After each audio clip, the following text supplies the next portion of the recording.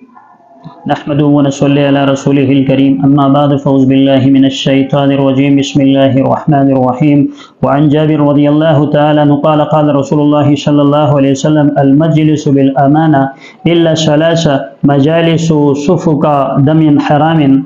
أو فرج حرام أو اقتطاع مال بغير حق صدق اللہ العلی العظیم۔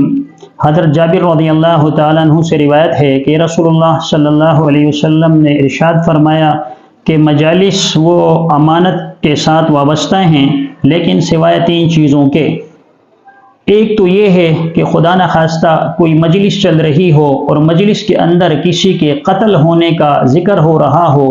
تو اس صورت میں اس راز کو پاش کر دینا وہ مجلس کے آداب میں سے نہیں ہے، جس طرح کہ بتایا گیا ہے کہ مجلس کی باتیں امانت ہوا کرتی ہیں اور امانت دوسروں کو بتانا یا دوسروں تک اس کی رسائی کرنا یہ ایک جرم کہلاتا ہے، اور حدیث کے اندر اس کی ممانعت آئی ہے، اس سے منع کیا گیا ہے اور اسے فقہا نے ناجائز لکھا ہے۔ لیکن آپ صلی اللہ علیہ وسلم نے فرمایا کہ مجلس ایسی ہو رہی ہو کہ اس میں کسی مسلمان کے قتل ہونے کا بیان ہو یا کسی ناحق کو قتل کرنے کی سزا دی جا رہی ہو تو اس صورت میں اس راز کو افشا کرنا لازم اور ضروری ہو جاتا ہے، کیونکہ قتل انسانی اللہ تبارک و تعالیٰ نے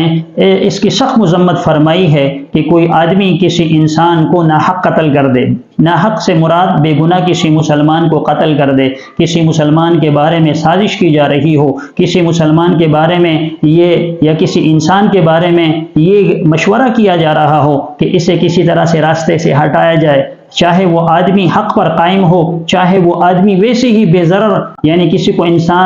انسان کو نقصان پہنچانے والا نہ ہو، تو اس صورت کے اندر اگر اس کو راستے سے ہٹایا جا رہا ہو، اسے قتل کیا جا رہا ہو اور اس کے بارے میں مشورہ کیا جا رہا ہو تو اس صورت کے اندر رسول اللہ صلی اللہ علیہ وسلم نے فرمایا کہ اس مجلس کے راز کو پاش کرنے لا بہتر ہے کہ کسی انسان کو نقصان نہ پہنچے، کسی کو قتل نہ کر دیا جائے۔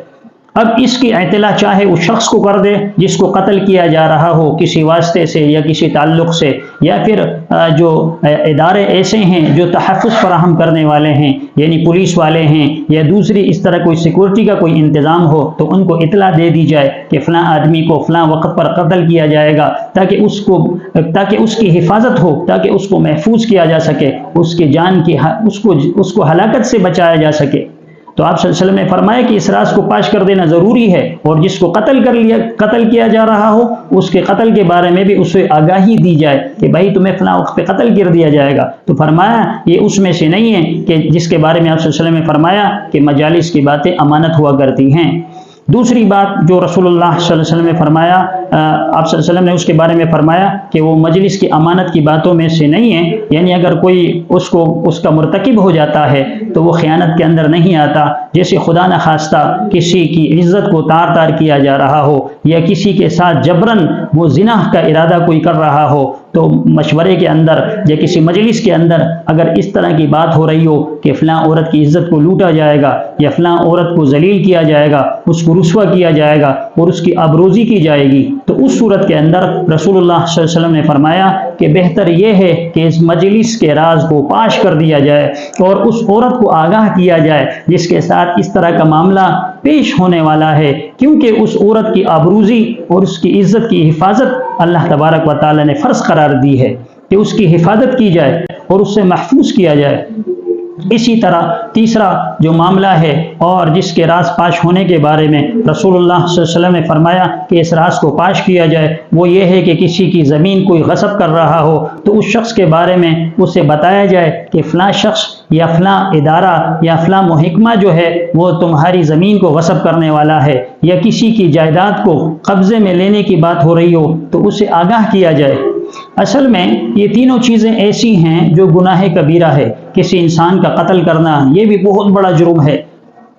قرآن کریم میں اللہ تبارک و تعالی نے فرمایا کہ کوئی کسی مسلمان کو اگر ناحق قتل کرتا ہے تو یہ ایسا ہے گویا کہ اس نے پوری انسانیت کو ختم کر دیا، پوری انسانیت کو اس نے قتل کر دیا، یعنی ایک انسان کا قتل، بے گناہ انسان کا قتل پوری دنیا کو قتل کرنے کے مترادف ہے۔ اسی طرح اگر خدا نخواستہ کسی مسلمان یا کسی پاک دامن عورت کی عزت کو تار تار کیا جا رہا ہو تو اس سے بھی اللہ تبارک و تعالیٰ کی ذات کو بہت زیادہ غصہ آتا ہے۔ بہت زیادہ اللہ پاک اس سے خفا ہوتے ہیں، اللہ پاک بہت زیادہ ناراض ہوتے ہیں۔ زنا کرنا ویسے بھی بہت بڑا جرم ہے، لیکن اگر خدا نخواستہ جبراً یہ زنا کیا جائے تو اس سے اللہ تبارک و تعالیٰ کی عذاب کو دعوت دینا مقصود ہوتا ہے، اللہ تبارک و تعالیٰ کی دعوت کو اپنی طرف نازل کرنا مقصد انسان کا ہوتا ہے، تو اس سے بھی حتی الامکان بچنے کی کوشش کی جائے۔ اور تیسرا